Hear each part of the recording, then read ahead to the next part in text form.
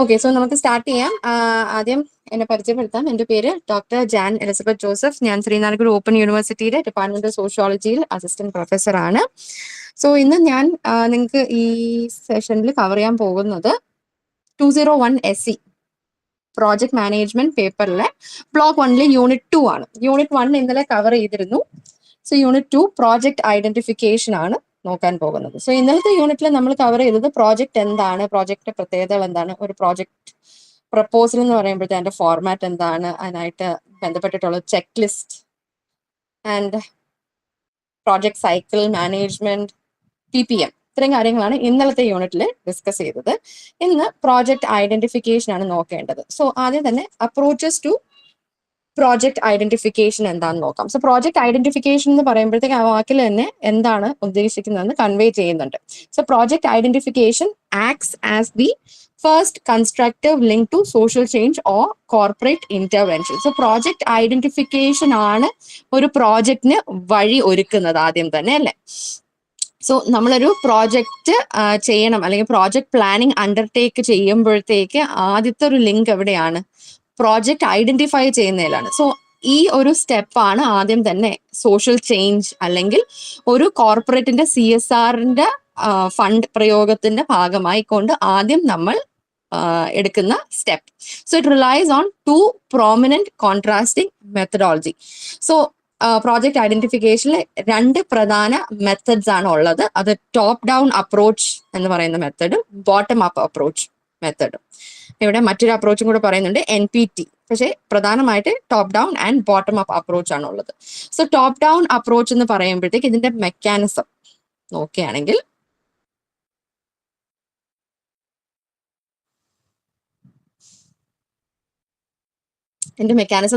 Starts from macro level goals set outside the immediate community and breaks them down into smaller task assign to team members. So ഇതിന്റെ ഒരു പ്രവർത്തന രീതിനെ കുറിച്ചാണ് പറയുന്നത്. അതായത് top down അപ്രോച്ചിൽ എങ്ങനെയാണ് നമ്മളൊരു macro level, അതായത് ഒരു ലാർജ് സ്കെയിൽ ഒരു കൂട്ടായ്മയിൽ നിന്നായിരിക്കും തുടങ്ങുന്നത്. അതിൽ നിന്ന് നമ്മൾ ഗോൾസ് ഐഡന്റിഫൈ ചെയ്യുന്നു ആൻഡ് ഓരോ ഗോൾ അല്ലെങ്കിൽ ഓരോ ഗോൾ ആയി ബന്ധപ്പെട്ടിട്ടുള്ള ടാസ്ക് എന്ത് ചെയ്യുന്നു, നമ്മൾ സ്മോളർ ടാസ്ക് അല്ലെങ്കിൽ ആ ടാസ്കിനെ ഡിവൈഡ് ചെയ്തുകൊണ്ട് നമ്മളുടെ പ്രോജക്റ്റുമായി ബന്ധപ്പെട്ടിട്ടുള്ള ടീം മെമ്പേഴ്സിന് അസൈൻ ചെയ്യുന്നു. ആൻഡ് ഇതിന്റെ സോഴ്സസ് പറയുകയാണെങ്കിൽ global mile stones like sustainable development goals അല്ലെങ്കിൽ ഇന്റർനാഷണൽ കൺവെൻഷന്റെ ഭാഗമായി ക്യോട്ടോ പ്രോട്ടോകോൾ പോലുള്ള കൺവെൻഷൻസിന്റെ ഭാഗമായിക്കൊണ്ട് നമ്മൾ തീരുമാനിക്കുന്ന അല്ലെങ്കിൽ നമ്മൾ ഏറ്റെടുക്കുന്ന കുറെ ലക്ഷ്യങ്ങൾ, ഇതെല്ലാം ടോപ്പ് ഡൗൺ അപ്രോച്ചിൽ നമുക്ക് പറയാൻ തക്കതായിട്ടുള്ള എക്സാമ്പിൾസ് ആണ്. സോ ഇതിന്റെ ഒരു പ്രോ അല്ലെങ്കിൽ കോൺ, അതായത് ഒരു മെറിറ്റ് അല്ലെങ്കിൽ ഡിമെറിറ്റ് എന്ന് പറയുന്നത്, it is highly responsible to rapid disaster management and infrastructure growth. So ഇതിന്റെ ഒരു പ്രത്യേകത എന്ന് പറഞ്ഞു കഴിഞ്ഞാൽ ഒരു കമ്മ്യൂണിറ്റി ലെവലിൽ ഒരു ഒരു പ്രശ്നം അല്ലെങ്കിൽ ഒരു പെട്ടെന്ന് ഒരു ഇടപെടൽ ആവശ്യമുള്ള ഒരു അവസ്ഥയിൽ ഏറ്റവും പ്രയോഗിക്കാൻ ഉപയോഗം ഉള്ള രീതിയിലുള്ള ഒരു അപ്രോച്ചാണ് ടോപ്പ് ഡൗൺ അപ്രോച്ച്. പക്ഷേ ഇറ്റ് ക്യാൻ ക്രിയേറ്റ് അല്ലെങ്കിൽ it can generate a community dependency syndrome and often lacks local grass root participation. So ഇതിന്റെ ഒരു ദൂഷ്യഫലം എന്താണ്? അതായത് ഇതൊരു കമ്മ്യൂണിറ്റി ഡിപ്പെൻഡൻസി സിൻഡ്രോമിന് വഴിയൊരുക്കാൻ സാധ്യതയുണ്ട്. അതായത് നമ്മൾ എന്ത് ചെയ്യുന്നു, നമ്മൾ ഇൻഡിവിജ്വൽ അക്കൗണ്ടബിലിറ്റിയിൽ നിന്ന് മാറിക്കൊണ്ട് നമ്മൾ എപ്പോഴും കമ്മ്യൂണിറ്റിയിൽ ഫോക്കസ് ചെയ്തുകൊണ്ട് അല്ലെങ്കിൽ കമ്മ്യൂണിറ്റിനെ ആശ്രയിച്ച് നിൽക്കുന്ന ഒരു സ്വഭാവം ഇതിൽ കാണപ്പെടുന്നു. സോ കൂടാതെ പലപ്പോഴും ലോക്കലായിട്ടുള്ള ഒരു ഇന്റർവെൻഷൻ ഇതിൽ കാണാറില്ല അല്ലെങ്കിൽ കുറവാണ്. സോ ഇതിന്റെ കീ ടെക്നിക്സ്, ടോപ്പ് ഡൗൺ അപ്രോച്ചിന് പലതരത്തിലുള്ള മെത്തഡോളജീസ് ഉണ്ട് അല്ലെങ്കിൽ മെത്തഡ്സ് ഉണ്ട്. സോ അതിൽ ഒരു മെത്തഡ് എന്ന് പറയുന്നത് ഹൗസ് ഹോൾഡ് മെത്തഡോളജിയാണ് ഒന്ന്. മറ്റൊന്നെന്ന് പറഞ്ഞു കഴിഞ്ഞാൽ ഇസ് റാപ്പിഡ് അപ്രൈസൽ. സോ ഈ 2 മെത്തഡോളജീസ് എന്താണെന്ന് നോക്കാം. സോ ടോപ്പ് ഡൗൺ അപ്രോച്ചിലെ ആദ്യത്തെ മെത്തഡ് എന്ന് പറയുന്നത് ഹൗസ് ഹോൾഡ് ടെക്നിക് എന്ന് പറയുമ്പോഴത്തേക്ക് ബേസിക് ആയിട്ടുള്ള സോഷ്യോ എക്കണോമിക് സർവേസ് ആണ് ഉദ്ദേശിക്കുന്നത്. അതായത് socio economic statistics of an economic area includes climate, economic activities, education system, culture and infrastructure. So survey എന്ന് പറയുമ്പോഴത്തേക്ക് നമുക്കറിയാം സോഷ്യോ എക്കണോമിക് സ്വഭാവമുള്ള സർവേകൾ എന്താണ്, ഹൗസ് ഹോൾഡ് എന്ന് പറയുന്ന ടെക്നിക് അല്ലെങ്കിൽ മെത്തഡ് ആയിട്ടാണ് ടോപ്പ് ഡൗൺ അപ്രോച്ചിൽ നമ്മൾ പ്രയോഗിക്കുന്ന ഒരു സോഷ്യൽ ആൻഡ് എക്കണോമിക് സർവേ എന്ന് പറയുമ്പോഴത്തേക്ക് അതിന്റെ സ്വഭാവം ആ പേരിൽ തന്നെയുണ്ട് അല്ലെ.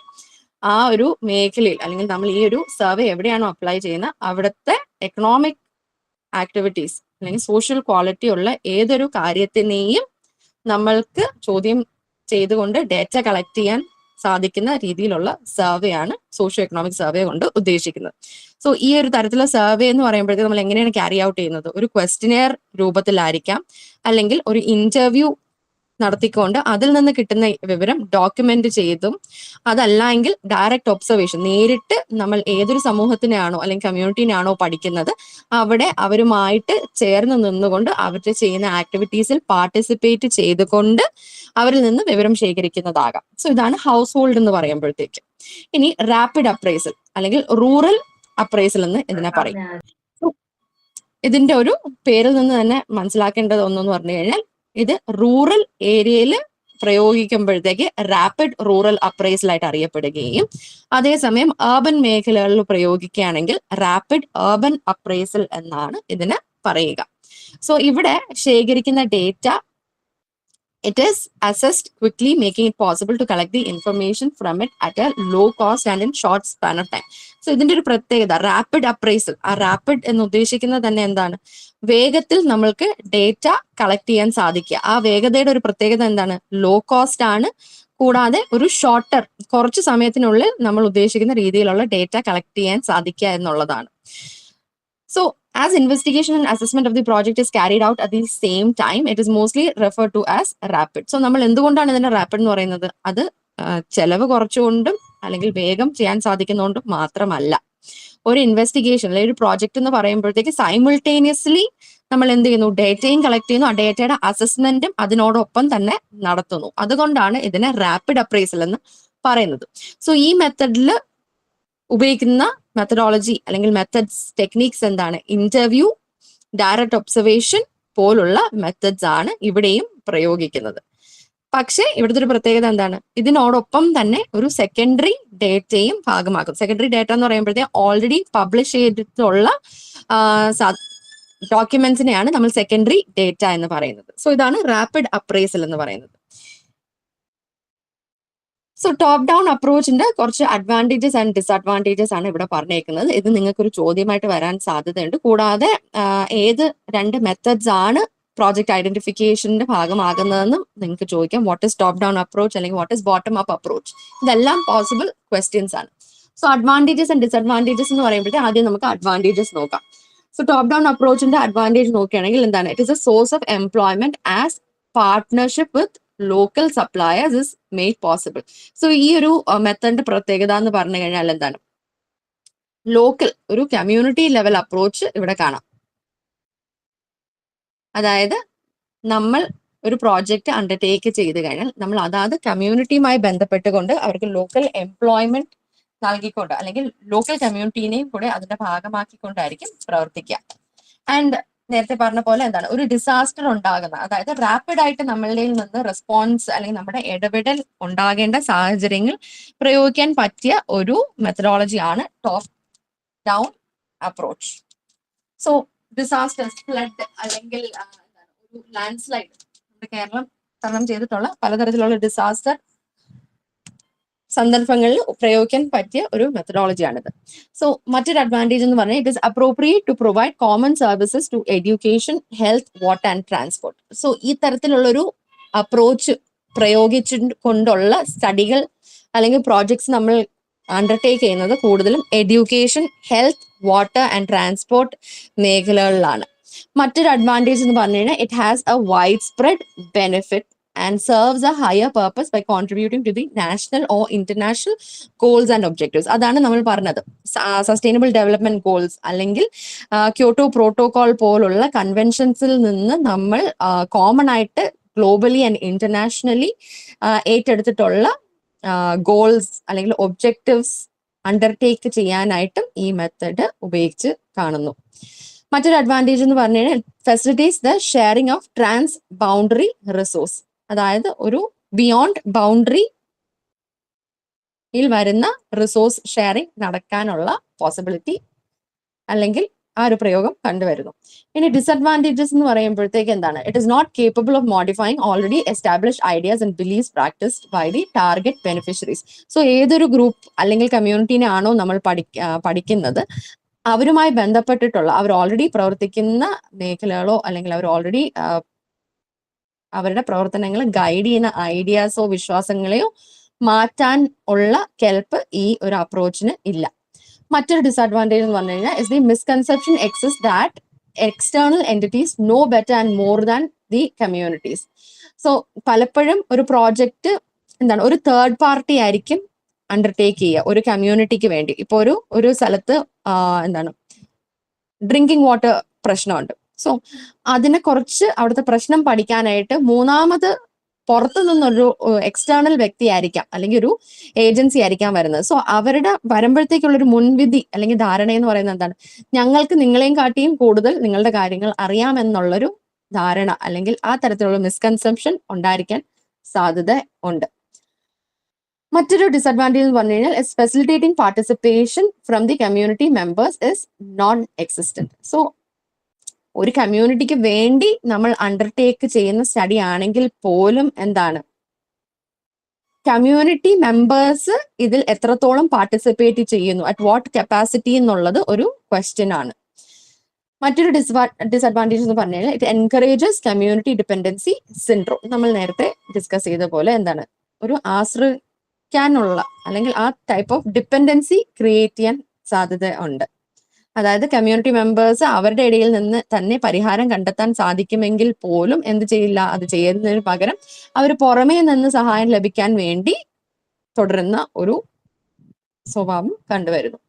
മറ്റൊന്നെന്ന് പറഞ്ഞു കഴിഞ്ഞാൽ ഇസ് ലോ കമ്മ്യൂണിറ്റി മൊറാൽ. അതായത് കമ്മ്യൂണിറ്റിയുടെ ഇടയിലുള്ള അല്ലെങ്കിൽ അവർ കമ്മ്യൂണിറ്റിയിലുള്ള മെമ്പേഴ്സ് തമ്മിലുള്ള ഒരു ലാക്ക് ഓഫ് ഹാർമണി അല്ലെങ്കിൽ ഒരു ലാക്ക് ഓഫ് കോപ്പറേഷൻ. മറ്റൊരു disadvantage is that it leads to migration where jobs are leading to high population causing high unemployment, social vices, crime, violence and early pregnancy.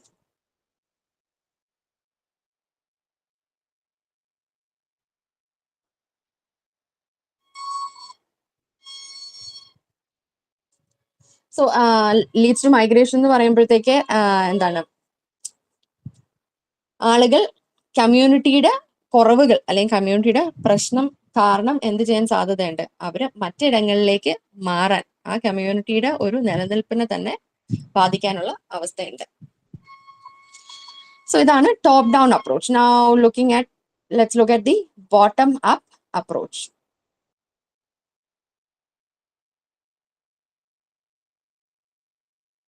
Tools and techniques പറഞ്ഞപ്പോഴത്തേക്ക് ഞാൻ household and rapid അപ്രൈസലേ പറഞ്ഞോളൂ.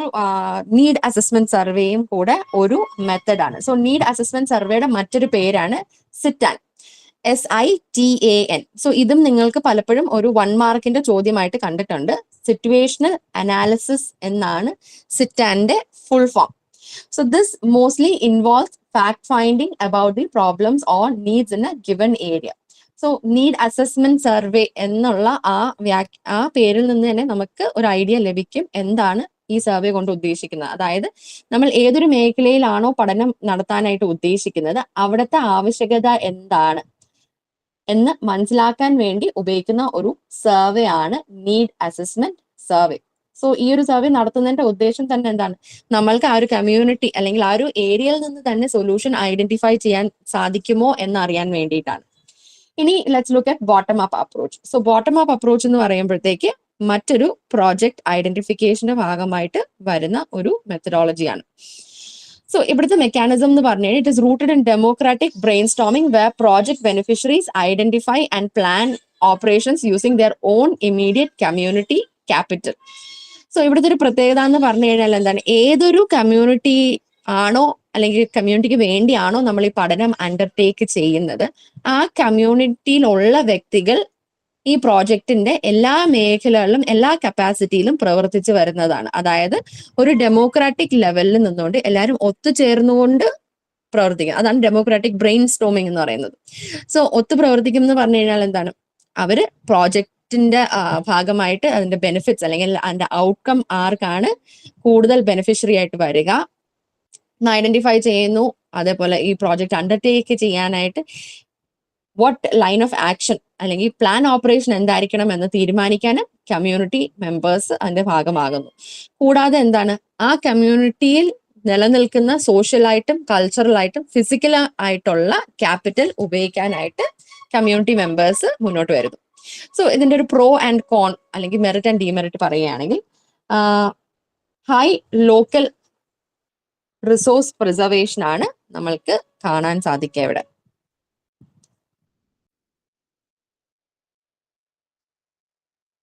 ഒരു high level of local resource preservation അതൊരു നല്ല കാര്യമാണ്, ഒരു pro ആണ്. അതായത് നമ്മൾ പറഞ്ഞ പോലെ കമ്മ്യൂണിറ്റി ക്യാപിറ്റൽ അവര് കൂടുതൽ വിനിയോഗിക്കുകയാണ്. അതായത് പുറമേ നിന്ന് അവർക്ക് ആവശ്യമായിട്ടുള്ള ഏതൊരു തരത്തിലുള്ള റിസോഴ്സസും വരുത്തുന്നതിന് പകരം അവരെന്ത് ചെയ്യണം, അവരുടെ കമ്മ്യൂണിറ്റിയിൽ തന്നെ ഉള്ള ബെനിഫിഷ്യൽ ആയിട്ടുള്ള ഇൻഫ്രാസ്ട്രക്ചറും റിസോഴ്സസും ഐഡന്റിഫൈ ചെയ്തുകൊണ്ട് ഉപയോഗിക്കുകയാണ്.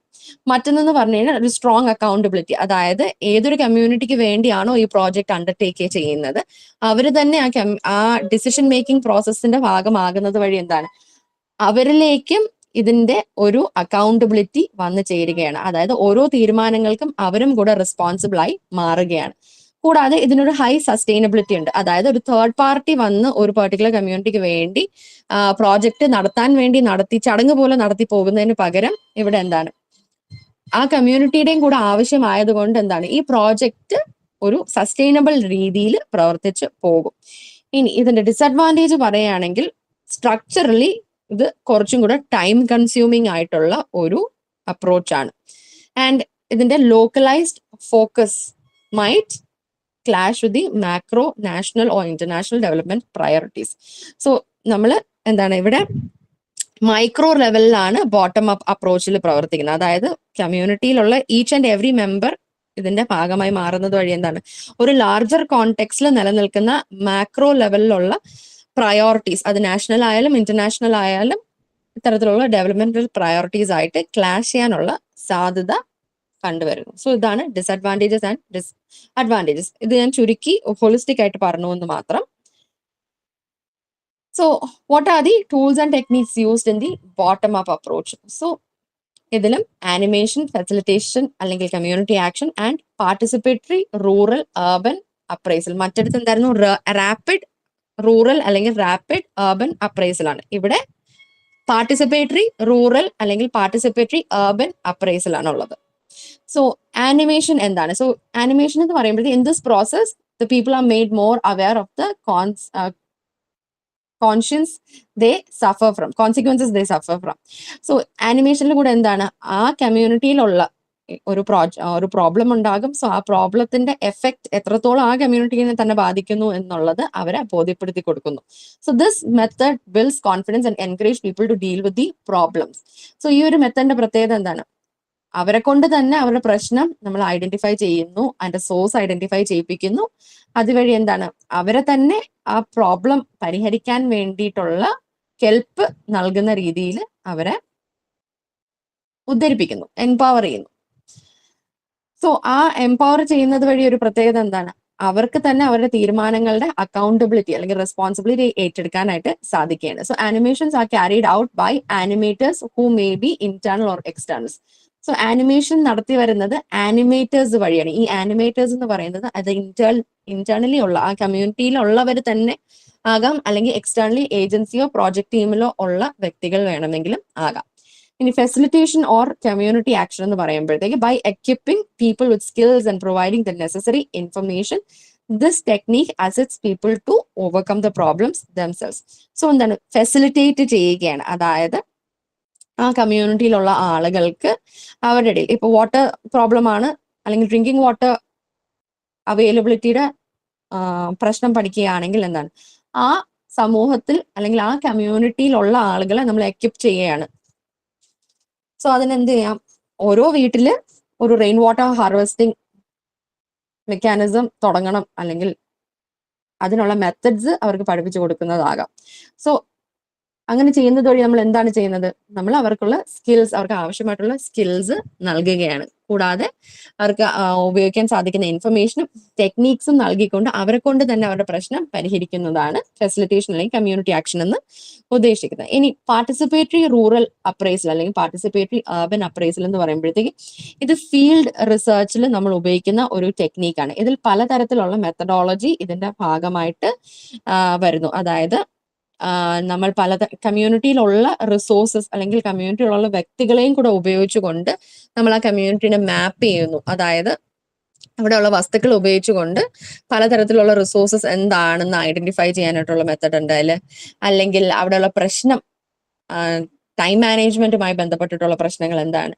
സോ എല്ലാ തരത്തിലുള്ള അവിടുത്തെ പ്രശ്നങ്ങൾ ഐഡന്റിഫൈ ചെയ്യാൻ സാധിക്കുന്ന തരത്തിലുള്ള മെത്തഡോളജി പാർട്ടിസിപ്പേറ്ററി റൂറൽ അല്ലെങ്കിൽ അർബൻ അപ്രൈസലിലുണ്ട്. സോ ഇവിടുത്തെ ഒരു പ്രത്യേകത എന്ന് പറഞ്ഞു കഴിഞ്ഞാൽ അതാത് കമ്മ്യൂണിറ്റി മെമ്പേഴ്സിന് കൂടെ ഈ മെത്തഡോളജിയുടെ ഭാഗമാക്കിക്കൊണ്ട് അവിടെയുള്ള റിസോഴ്സ് ഉപയോഗിച്ചുകൊണ്ടാണ് നമ്മൾ ഈ പറയുന്ന ടെക്നിക്സ് ഉപയോഗിക്കുന്നത്.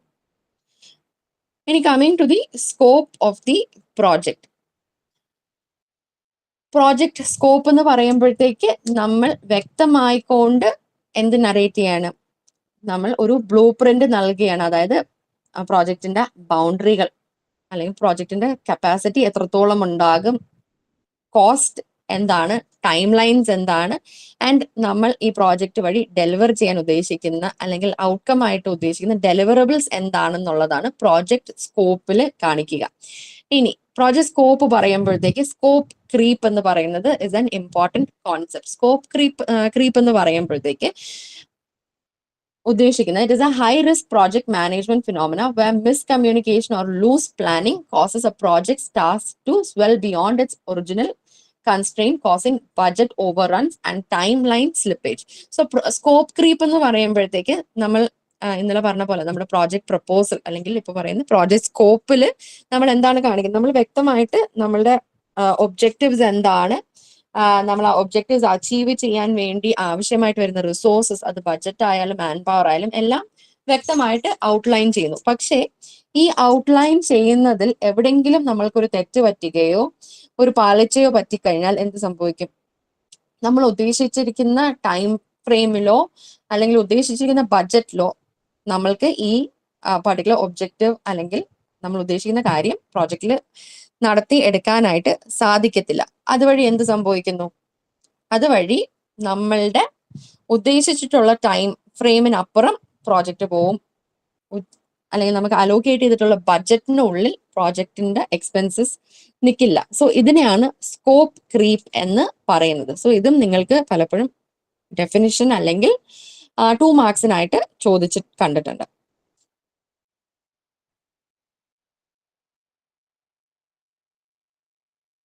ഇനി what is feasibility study? So ഒരു പ്രോജക്റ്റ് അണ്ടർടേക്ക് ചെയ്യാൻ തീരുമാനിക്കുമ്പോഴത്തേക്ക് നമ്മൾ ആദ്യം തന്നെ ഏറ്റെടുക്കുന്ന ഒരു പഠന മേഖലയാണ് ഫീസിബിലിറ്റി സ്റ്റഡി. ഫീസിബിലിറ്റി സ്റ്റഡി എന്ന് പറയുമ്പോഴത്തേക്ക് ഫീസിബിലിറ്റി സ്റ്റഡിയിൽ കൂടെ നമ്മളൊരു റിഗറസ് ആയിട്ടുള്ള ബേസ് ലൈൻ എക്സ്പ്ലോറേഷൻ ആണ് നടത്തുന്നത്. അതായത് ഒരു investment option first of all ഈ പ്രോജക്റ്റിന് വേണ്ടി ലഭിക്കാൻ സാധ്യത ഉണ്ടോ, കൂടാതെ ഫീസിബിലിറ്റിയുടെ ഭാഗമായിക്കൊണ്ട് സ്റ്റീപ്പ് എലമെന്റ്സ്, അതായത് സോഷ്യൽ ആയിട്ടും technological, ecological, economic and political factors, അതാണ് സ്റ്റീപ്പ് എന്ന് പറയുന്നത്. സോ ഈ മേഖലയിലുള്ള ഫാക്ടേഴ്സ് എത്രത്തോളം പ്രായോഗികമാണെന്നുള്ളത് ചെക്ക് ചെയ്യുന്നതാണ് ഫീസിബിലിറ്റി സ്റ്റഡിയിൽ ഉദ്ദേശിക്കുന്നത്. സോ ഫീസിബിലിറ്റി സ്റ്റഡി എന്ന് പറയുമ്പോഴത്തേക്ക് 5 പ്രധാനപ്പെട്ട ഫീസിബിലിറ്റി ചെക്സ് അല്ലെങ്കിൽ ടൈപ്സ് ആണ് ഉള്ളത്. സോ ആദ്യം തന്നെ ടെക്നിക്കൽ ഫീസിബിലിറ്റി. ടെക്നിക്കൽ ഫീസിബിലിറ്റി എന്ന് പറയുമ്പോഴത്തേക്ക് ആ വാക്ക് ഉദ്ദേശിക്കുന്ന പോലെ തന്നെ investigates the hardware, software and material inputs, logistics and location setups. So technically ഒരു പ്രോജക്റ്റുമായി ബന്ധപ്പെട്ടിട്ടുള്ള ഏതൊരു കാര്യത്തിനെ അല്ലെങ്കിൽ ഏതൊരു പ്രോജക്റ്റിനെ ഫെസിലിറ്റേറ്റ് ചെയ്യാൻ ആവശ്യമായിട്ട് വരുന്ന ടെക്നിക്കലി റെലവെന്റ് ആയിട്ടുള്ള എലമെന്റ്സിന് അതിന്റെ ഫീസിബിലിറ്റി, അതിന്റെ പ്രായോഗികത ചെക്ക് ചെയ്യുന്നതാണ് ടെക്നിക്കൽ ഫീസിബിലിറ്റി. ഇനി എക്കണോമിക് ഫീസിബിലിറ്റി എന്ന് പറയുമ്പോഴത്തേക്ക് V conduct independent cost or benefit matrix to enhance project credibility before sponsors. So ഒരു പ്രോജക്ട് പ്രപ്പോസൽ തയ്യാറാക്കിക്കൊണ്ട് നമ്മൾ സ്പോൺസേഴ്സിനെ തേടുന്നതിന് മുമ്പായിട്ട് ഈ പ്രോജക്റ്റിന്റെ ഒരു ക്രെഡിബിലിറ്റി, അതായത് നമ്മൾ ഇൻഡിപെൻഡന്റ് ആയിക്കൊണ്ട് ഈ പ്രോജക്റ്റിന്റെ കോസ്റ്റ് ബെനിഫിറ്റ് അനാലിസിസ് നടത്തുകയാണ് ചെയ്യുന്നത്. അതായത് നമ്മൾ സ്പെൻഡ് ചെയ്യുന്നതിന് വേണ്ടിയിട്ടുള്ള ബെനിഫിറ്റ് ഈ പ്രോജക്റ്റ് അണ്ടർടേക്ക് ചെയ്യുന്നത് വഴി ഇതിന് ഉണ്ടോ എന്നുള്ളതാണ് എക്കണോമിക് ഫീസിബിലിറ്റി വഴി ചെക്ക് ചെയ്യുന്നത്. സോ എക്കണോമിക്കലി ഫീസിബിൾ ആണെങ്കിൽ മാത്രമേ ഒരു പ്രോജക്റ്റിന് നമ്മൾ തേടുന്ന രീതിയിലുള്ള സ്പോൺസേഴ്സ് ലഭിക്കത്തുള്ളൂ. മറ്റൊരു ടൈപ്പ് എന്ന് പറഞ്ഞു കഴിഞ്ഞാൽ is legal feasibility. So legal feasibility എന്ന് പറയുമ്പോഴത്തേക്ക് എന്താണ്, ബേസിക്കലി അതിന്റെ ലീഗാലിറ്റി ചെക്ക് ചെയ്യുന്നതാണ്. So it assesses conflicts regarding data protection acts, social media laws, land acquisitions, patents and necessary clearance.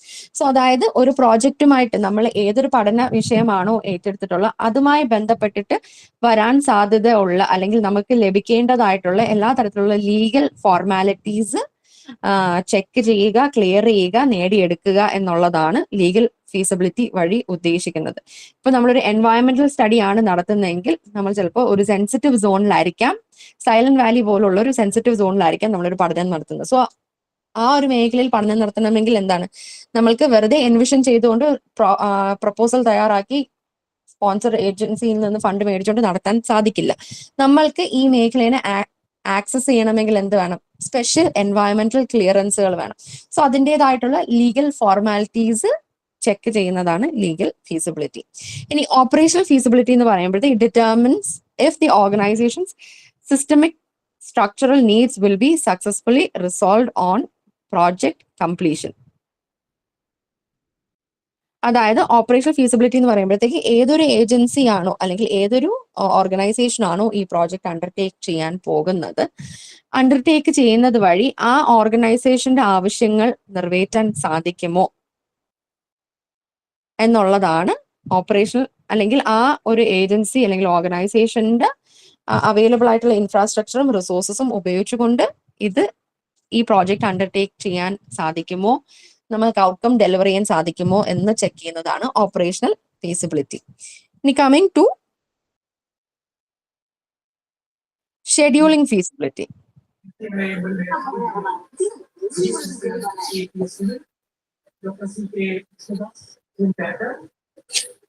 Kannan note ചെയ്യണേ.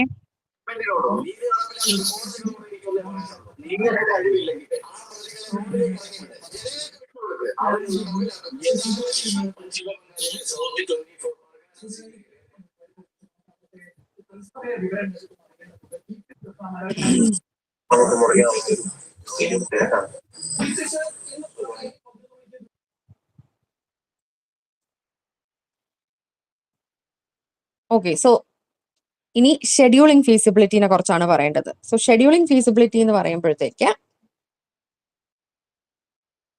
ആക്യുറേറ്റ്ലി എസ്റ്റിമേറ്റ് ചെയ്യുകയാണ്. അതായത് നമ്മൾ പ്രോജക്ട് പ്രപ്പോസലിൽ അല്ലെങ്കിൽ നമ്മുടെ പ്രോജക്റ്റിൽ എൻവിഷൻ ചെയ്തേക്കുന്ന ഔട്ട്ലൈൻ ചെയ്തിരിക്കുന്ന പർട്ടിക്കുലർ ഒബ്ജക്റ്റീവ്സും ടാസ്കുകളും ഏതൊരു ടൈം ഫ്രെയിമിനുള്ളിൽ നടത്തി എടുക്കാൻ സാധിക്കുമെന്നുള്ളത് വ്യക്തമായിട്ട് കാണിക്കുന്നതാണ്.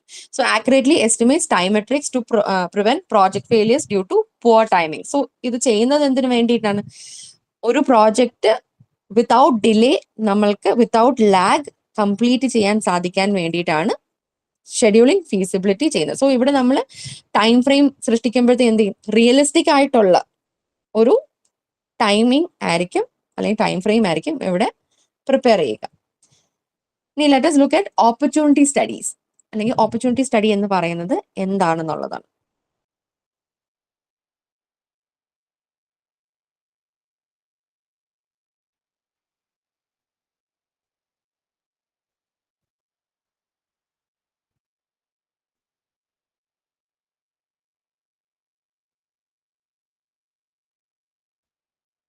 സോ ഓപ്പർച്യൂണിറ്റി സ്റ്റഡി എന്ന് പറയുമ്പോഴത്തേക്ക് മാക്രോ ലെവൽ ഏജൻസികൾ ഉണ്ടായിരിക്കും. അതായത് ഈ മാക്രോ ലെവൽ ഏജൻസികൾ, ഇപ്പൊ എക്സാമ്പിൾ പറയുന്നത് കേരള സ്റ്റാർട്ടപ്പ് മിഷൻ അല്ലെങ്കിൽ KDISC, ഇതെല്ലാം മാക്രോ ലെവൽ ഏജൻസികളായിട്ട് നമുക്ക് കാണാം. സോ ഇവർ ചെയ്യുന്നതെന്ന് പറഞ്ഞാൽ they execute opportunity studies to discover initial investment windows. So ഇവര് എന്താണ്, ഒരു പർട്ടിക്കുലർ സ്റ്റഡി ഏറ്റെടുത്ത് കഴിഞ്ഞാൽ അതിനുള്ള ഇൻവെസ്റ്റ്മെന്റ് ഓപ്പർച്യൂണിറ്റി ഉണ്ടോ അല്ലെങ്കിൽ ഇൻവെസ്റ്റ്മെന്റ് പ്രോബബിലിറ്റീസ് ഉണ്ടോ എന്ന് സ്റ്റഡി ചെയ്യുന്നതാണ് ഓപ്പർച്യൂണിറ്റി സ്റ്റഡി. സോ ഇത് രണ്ട് തരത്തിലാണ് ഉള്ളത്. ജനറൽ ഓപ്പർച്യൂണിറ്റി സ്റ്റഡിയും ഉണ്ട്, സ്പെസിഫിക് പ്രോജക്ട് ഓപ്പർച്യൂണിറ്റി സ്റ്റഡീസും ഉണ്ട്. സോ ജനറൽ ഓപ്പർച്യൂണിറ്റി സ്റ്റഡി എന്ന് പറയുമ്പോഴത്തേക്ക് ഇവിടെ V look broadly at geographies or industries.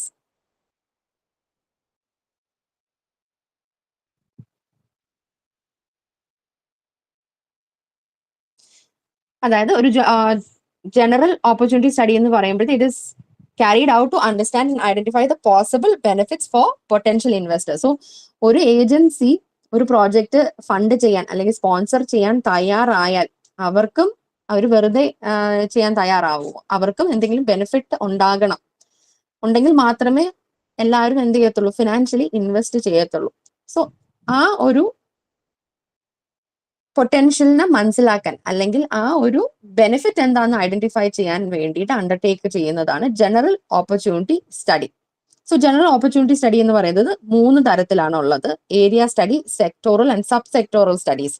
So area study എന്ന് പറയുമ്പോഴത്തേക്ക് ഇവിടെ ഫോക്കസ് ചെയ്യുന്നത് എന്താണ്, ബേസിക്കലി ഒരു പർട്ടിക്കുലർ ലൊക്കേഷൻ അല്ലെങ്കിൽ ഏരിയ ഐഡന്റിഫൈ ചെയ്യുക. ഏരിയ ഐഡന്റിഫൈ ചെയ്യുക എന്ന് പറയുമ്പോഴത്തേക്ക് അതൊരു അണ്ടർ ഡെവലപ്ഡ് അല്ലെങ്കിൽ ബാക്ക്വേർഡ് ആയിട്ടുള്ള മേഖല ആയിരിക്കാം. ഇനി സെക്ടറൽ അല്ലെങ്കിൽ സബ് സെക്ടറൽ സ്റ്റഡി എന്ന് പറയുമ്പോഴത്തേക്ക് ഈ ഒരു ടൈപ്പ് ഓഫ് സ്റ്റഡിയിൽ നമ്മുടെ ഫോക്കസ് എന്താണ്, പെർട്ടിക്കുലർ, ആ വാക്ക് ഉദ്ദേശിക്കുന്ന പോലെ തന്നെ ഒരു മേഖല അല്ലെങ്കിൽ ഒരു മേഖലയുടെ ഉള്ളിലുള്ള സബ് സെക്ടർ ആയിരിക്കും നമ്മൾ ഫോക്കസ് ചെയ്യുന്നത്. സോ ഇത് പൊതുവെ ഓരോ കൺസ്യൂമർ അല്ലെങ്കിൽ ഡ്യൂറബിൾസ് ആയിട്ടുള്ള ഒബ്ജക്ട്സിൽ ഒതുങ്ങുന്ന ടൈപ്പ് ഓഫ് സ്റ്റഡിയാണ്. ഇനി റിസോഴ്സ് ബേസ്ഡ് സ്റ്റഡി എന്ന് പറയുമ്പോഴത്തേക്ക് ഇത് ഒരു ടൈപ്പ് ഓഫ് സർവേ ആണ്. ഈ സർവേയിൽ കൂടെ നമ്മൾ അവൈലബിൾ ആയിട്ടുള്ള നാച്ചുറൽ റിസോഴ്സസ് എന്താണ്, അതെങ്ങനെ ആക്സസ് ചെയ്യാം, നമ്മുടെ പ്രോജക്റ്റിന്റെ ഭാഗമായിക്കൊണ്ട് പ്രയോഗിക്കാം എന്നുള്ളത് മനസ്സിലാക്കാനും അറിയാനും വേണ്ടിയിട്ട് പ്രയോഗിക്കുന്നതാണ് റിസോഴ്സ് ബേസ്ഡ് സ്റ്റഡി. ഇനി സ്പെസിഫിക് ഒബ്ജക്റ്റ് ഓപ്പർച്യൂണിറ്റി സ്റ്റഡി എന്ന് പറയുമ്പോഴത്തേക്ക് ഇവിടെ നമ്മൾ ഫോക്കസ് ചെയ്യുന്നത് അല്ലെങ്കിൽ we focus on framing targeted investment profiles to actively draw in external investors. So ഇവിടെ നമ്മൾ എന്ത് ചെയ്യണം, നമ്മൾ സ്പെസിഫിക്കലി ഒരു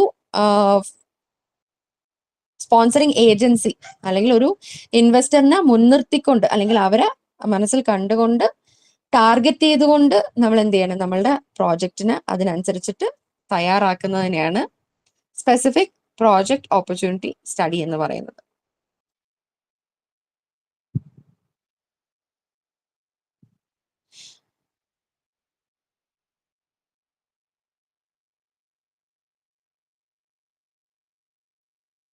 So let us now look at goals and objectives. So ഒരു പ്രോജക്റ്റിന്റെ ഏറ്റവും പ്രധാന കോർ ഭാഗമായിട്ട് വരുന്നതാണ് ഗോൾസും ഒബ്ജക്റ്റീവ്സും. സോ പ്രോജക്ട് ഗോൾസ് എന്ന് പറയുമ്പോഴത്തേക്ക് ഇതിന്റെ ഗോൾസും ഒബ്ജക്റ്റീവ്സ് എന്ന് പറയുമ്പോഴത്തേക്ക് ഇതിന്റെ ഡ്യൂറേഷനിലാണ് വ്യത്യാസം വരുന്നത്. അതായത് ഗോൾസ് എന്ന് പറയുമ്പോഴത്തേക്ക് കൂടുതൽ ലോങ് ടേം വിഷനോട് കൂടെ പ്രിപ്പയർ ചെയ്യപ്പെടുന്നതാണ് ഗോൾസ്. സോ പലപ്പോഴും 5 തൊട്ട് 10 വർഷം വരെ ഒരു കാലയളവിലേക്കുള്ളതാണ് പ്രോജക്റ്റിന്റെ ഗോൾസ് ആയിട്ട് നമ്മൾ പറയുക. സോ ഇത് ടൈം ബൗണ്ട് ആയിട്ടും ഔട്ട്കം ഓറിയന്റഡ് ആയിട്ടും പ്രോസസ് ഓറിയന്റഡ് ആയിട്ടും ഉള്ള ഗോൾസ് ആയിരിക്കാം. ഇനി ഒബ്ജക്റ്റീവ്സ് എന്ന് പറയുമ്പോഴത്തേക്ക് എന്താണ്, കുറച്ചും കൂടെ വെരി പ്രിസൈസ് ആണ്. കൂടാതെ ഒരു ഷോർട്ട് ടേം, ഒരു ചെറിയ കാലയളവിലേക്ക്, അതായത് ഒരു ഡേ ടു ഡേ ബേസിസ് അല്ലെങ്കിൽ ഒരു വീക്ക്ലി ബേസിസിൽ നമുക്ക് അച്ചീവ് ചെയ്യാൻ തരത്തിലുള്ള ഒബ്ജക്റ്റീവ്സ് ആണ് പ്രോജക്റ്റ് ഒബ്ജക്റ്റീവ് എന്ന് പറയുന്നത്. സോ ഒരു പ്രോജക്റ്റ് ഒബ്ജക്റ്റീവ് എന്ന് പറയുമ്പോഴത്തേക്ക് സ്മാർട്ട് പാരഡൈമിലായിരിക്കണം തയ്യാറാക്കപ്പെടേണ്ടത്. സോ നമ്മൾക്ക് കുറച്ച് ഡീറ്റെയിൽഡ് ആയിട്ട് അത് നോക്കാം. സോ ടൈം ബൗണ്ട് ഗോൾസ് എന്ന് പറയുമ്പോഴത്തേക്ക് ആ ടേം സ്പെസിഫൈ ചെയ്യുന്നത് പോലെ തന്നെ എന്താണ്, നമ്മൾ ഒരു ഗോള് നിശ്ചയിച്ചു കഴിഞ്ഞാൽ അതിന് സ്പെസിഫിക് ആയിട്ടുള്ള ഒരു ഡെഡ് ലൈൻ അല്ലെങ്കിൽ ടാർഗറ്റ് ഡേറ്റ് ഉണ്ടാകും. സോ ഇത്തരത്തിലുള്ള ഗോള് നമ്മൾ എന്താണ്, ഒരു ടൈംലി ആക്ഷനിൽ കൂടെ അതിനെ നിറവേറ്റാനാണ് ശ്രമിച്ച് വരിക. ഇനി ഔട്ട്കം ഓറിയന്റഡ് ഗോൾസ് എന്ന് പറയുമ്പോഴത്തേക്ക് ഇവിടെ ഫോക്കസ് ചെയ്യുന്നത് എന്താണ്, നമ്മളുടെ എൻഡ് ഔട്ട്കമ്മിലാണ് നമ്മുടെ ഫോക്കസ് വരുന്നത്. അതായത് അത് എങ്ങനെ നടത്തുന്നു എന്നുള്ള അല്ലെങ്കിൽ എങ്ങനെ അച്ചീവ് ചെയ്യുന്നു എന്നുള്ളതല്ല നമ്മളുടെ സ്പെസിഫൈ ചെയ്തിട്ടുള്ള ഗോൾ ഔട്ട്കം നമ്മൾക്ക് നേടാൻ സാധിച്ചോ എന്നുള്ളതാണ്.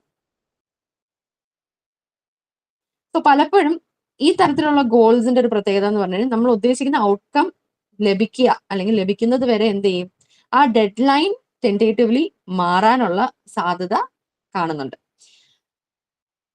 ഇനി പ്രോസസ് ഓറിയന്റഡ് ഗോൾസ് എന്ന് പറയുമ്പോഴത്തേക്ക് ഇവിടെ പ്രയോറിറ്റൈസ് ചെയ്യുന്നത് നമ്മളുടെ വർക്ക് അല്ലെങ്കിൽ നമ്മൾ അണ്ടർടേക്ക് ചെയ്യുന്ന പ്രവർത്തന രീതിനെയാണ് അല്ലെങ്കിൽ മാർഗത്തിനെയാണ്. സോ പ്രോസസ് ഓറിയന്റഡ് ഗോൾസിൽ നമ്മൾ എപ്പോഴും എന്ത് ചെയ്യുന്നു, നമ്മളുടെ ടീം അല്ലെങ്കിൽ നമ്മളുടെ എഫിഷ്യൻസി ആണ് നമ്മൾ അഡ്വാൻസ് ചെയ്യാനായിട്ട് ശ്രമിക്കുന്നത്. അതായത് നമ്മൾ ഉദ്ദേശിച്ചിരിക്കുന്ന ഗോൾ എന്താണോ അത് എത്രത്തോളം എഫിഷ്യന്റ് അല്ലെങ്കിൽ എഫക്റ്റീവ്ലി നമ്മൾക്ക് അച്ചീവ് ചെയ്യാൻ സാധിക്കുമെന്നുള്ളതാണ് ഈ ടൈപ്പിൽ നമ്മൾ ഫോക്കസ് ചെയ്യാം. ഇനി ഒരു പ്രോജക്റ്റ് ഗോൾ നമ്മൾ നിശ്ചയിക്കുമ്പോഴത്തേക്ക് 5 സ്റ്റെപ്പുകളാണ് ഉള്ളത്. 5 സ്റ്റെപ്പ് എന്ന് പറയുമ്പോഴത്തേക്ക് ആദ്യം തന്നെ നമ്മൾ ബേസിക്കലി എന്ത് ചെയ്യുന്നു, വി ഐഡന്റിഫൈ ആ ഗോൾ. രണ്ടാമതായിട്ട് വി ഡിഫൈൻ ആ സ്മാർട്ട് ഗോൾസ്. അതിനൊരു സ്മാർട്ട് ഗോൾ ആയിട്ടാണ് നമ്മൾ എൻവിഷൻ ചെയ്യുക. ആൻഡ് മൂന്നാമത്തെ സ്റ്റെപ്പ് എന്ന് പറഞ്ഞാൽ ആ ഗോളിന് അച്ചീവ് ചെയ്യേണ്ട ആക്ഷൻ പ്ലാൻ തയ്യാറാക്കുന്നു. നാലാമതായിട്ട് ആ ആക്ഷൻ പ്ലാൻ എന്ത് ചെയ്യുന്നു, we put it into practice. And lastly എന്ത് ചെയ്യുന്നു, ആ പ്രവർത്തന രീതിനെ മോണിറ്റർ ചെയ്യുന്നു ആൻഡ് എക്സിക്യൂട്ട് ചെയ്യുന്നു. സോ പ്രോജക്റ്റ് ഒബ്ജക്റ്റീവ്സ് ആണ് പലപ്പോഴും എന്ത് ചെയ്യുന്നത്, ഒരു പ്രോജക്റ്റിന്റെ എഫിഷ്യൻസിയും പ്രോജക്റ്റിന്റെ സക്സസും തീരുമാനിക്കുക. കാരണം പ്രോജക്റ്റിന്റെ ഒബ്ജക്റ്റീവ്സ് എപ്പോഴാണോ നമ്മൾ അച്ചീവ് ചെയ്യുന്നത് അല്ലെങ്കിൽ ആ പ്രോജക്റ്റ് ഒബ്ജക്റ്റീവ്സ് സക്സസ്ഫുള്ളി റിയലൈസ് ചെയ്യുന്ന സമയത്ത് മാത്രമാണ് പ്രോജക്റ്റ് കംപ്ലീഷനിലേക്ക് എത്താനായിട്ട് സാധിക്കുക. സോ ഒരു ഒബ്ജക്റ്റീവ്സ് അല്ലെങ്കിൽ പ്രോജക്റ്റ് ഒബ്ജക്റ്റീവ് എന്ന് പറയുമ്പോഴത്തേക്ക് വീണ്ടും 3 തരത്തിലാണ്. നമ്മളിപ്പോൾ പറഞ്ഞ എന്താണ്, ഗോൾസ് ആണ്. ഇനി പ്രോജക്റ്റ് ഒബ്ജക്റ്റീവ്സിനെ കുറിച്ചാണ് പറയുന്നത്. So 3 types of project objectives ആണ് ഉള്ളത്. അത് സ്ട്രാറ്റജിക് ഒബ്ജക്റ്റീവ്സ് ആകാം, ടാക്ടിക്കൽ ഒബ്ജക്റ്റീവ്സ് ആകാം, അല്ലെങ്കിൽ ഓപ്പറേഷണൽ ഒബ്ജക്റ്റീവ്സ് ആകാം. സോ സ്ട്രാറ്റജിക് ഒബ്ജക്റ്റീവ്സ് എന്ന് പറയുമ്പോൾ it is purpose driven and helps to create an overall vision of the project. So strategic ആയിട്ടുള്ള ഒബ്ജക്റ്റീവ്സ് ആണ്. അതായത് വ്യക്തമായിട്ട് ആ ഒബ്ജക്റ്റീവിന്റെ പിറകിൽ എന്താണ്, ഒരു ആവശ്യമുണ്ടാകും. കൂടാതെ ഓവറോൾ പ്രോജക്റ്റിന്റെ വിഷൻ അവതരിപ്പിക്കുന്ന രീതിയിലുള്ളതാണ് strategic objective. So strategic objective ഉണ്ടായിരിക്കുന്നത് വഴി എന്താണ്, ആ പ്രോജക്റ്റിന്റെ ഭാഗമാകുന്ന പ്രോജക്റ്റ് ടീമിന് വ്യക്തമായിട്ടുള്ള ഒരു ഏത് മേഖലയിലാണ് എങ്ങനെയാണ് പ്രവർത്തിക്കേണ്ടതെന്നുള്ള ഒരു ഐഡിയ ഉണ്ടാകും. കൂടാതെ സ്ട്രാറ്റജിക് ഒബ്ജക്റ്റീവിന്റെ ഭാഗമായിക്കൊണ്ട് പ്രോജക്റ്റ് ടീമിലുള്ള അംഗങ്ങൾ will be mindful of the purpose of the project and timeline. So അവർക്ക് പ്രോജക്റ്റിന്റെ ഭാഗമാകുന്ന എല്ലാവർക്കും ഒരു ബോധ്യം ഉണ്ടാകും ഈ പ്രോജക്റ്റ് എന്തിനു വേണ്ടിയാണ്, ഈ പ്രോജക്റ്റ് ഏതൊരു കാലയളവിനുള്ളിൽ ആണ് നടത്തി എടുക്കേണ്ടതെന്നുള്ളത് സ്ട്രാറ്റജിക് ഒബ്ജക്റ്റീവിന്റെ ഭാഗമായിക്കൊണ്ടാണ് മനസ്സിലാക്കുക. ഇനി ടാക്ടിക്കൽ ഒബ്ജക്റ്റീവ് എന്ന് പറയുമ്പോഴത്തേക്ക് ഈ തരത്തിലുള്ള ഒബ്ജക്റ്റീവ് ഫോക്കസ് ചെയ്യുന്നത് ഷോർട്ട് ടേം, നമ്മൾ നേരത്തെ ഗോളിൽ പറഞ്ഞ പോലെ ഡേ ടു ഡേ അല്ലെങ്കിൽ വീക്ക്ലി ആയിട്ടുള്ള ഗോൾസിന് ഉൾക്കൊള്ളുന്നതാണ് ടാക്ടിക്കൽ ഒബ്ജക്റ്റീവ്സ്. സോ ഒരു ഷോർട്ട് ടേം ഡെലിവറബിൾ ആണ് ടാക്ടിക്കൽ ഒബ്ജക്റ്റീവിന്റെ ഭാഗമായിട്ട് വരുന്നത്. സോ ഈ തരത്തിലുള്ള ഒബ്ജക്റ്റീവ് ഒന്നി ഷോർട്ട് ടേം ആയിരിക്കാം അല്ലെങ്കിൽ ലോങ് ടേം, ഒരു ലോങ്കർ ഡ്യൂറേഷൻ ഓഫ് ടൈമിൽ വരുന്നതും എന്താണ് ടാക്ടിക്കൽ ഒബ്ജക്റ്റീവിന്റെ ഭാഗമായി വരുന്നു. ഇനി ഒരു ടൈപ്പ് എന്ന് പറഞ്ഞു കഴിഞ്ഞാൽ is operational objectives. Operational objectives എന്ന് പറയുമ്പോഴത്തേക്ക് ഈ തരത്തിലുള്ള this kind of objectives are similar to tactical objectives. So tactical ഒബ്ജക്റ്റീവുമായിട്ട് സിമിലാരിറ്റി ഓപ്പറേഷണൽ ഒബ്ജക്റ്റീവ്സിനുണ്ട്. അതായത് ഇതിന് എന്താണ് പ്രത്യേകത, ഇതും ഒരു ഷോർട്ട് ടേം കാലയളവിൽ ഓപ്പറേറ്റ് ചെയ്യുന്ന ഒന്നാണ്.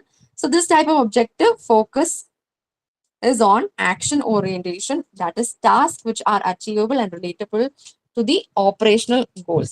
So ഇവിടുത്തെ ഫോക്കസ് എന്താണ്, ഷോർട്ട് ടേം ആയിരിക്കാം, പക്ഷേ ആക്ഷൻ ഓറിയന്റഡ് ആണ്. അതായത് പ്രവർത്തനത്തിനെ കുറിച്ച് ഡിസ്ക്രൈബ് ചെയ്യുന്ന പ്രാക്ടിക്കൽ അല്ലെങ്കിൽ ആപ്ലിക്കേഷൻ ലെവലിലുള്ള ഒബ്ജക്റ്റീവ്സ് ആണ് ഓപ്പറേഷണൽ ഒബ്ജക്റ്റീവ്സിൽ വരിക. സോ ഇതാണ് നിങ്ങളുടെ യൂണിറ്റ് 2. ഇതോടെ ബ്ലോക്ക് 1 കംപ്ലീറ്റഡ് ആകുകയാണ്. എന്തെങ്കിലും സംശയം ഉണ്ടെങ്കിൽ ചോദിക്കാം.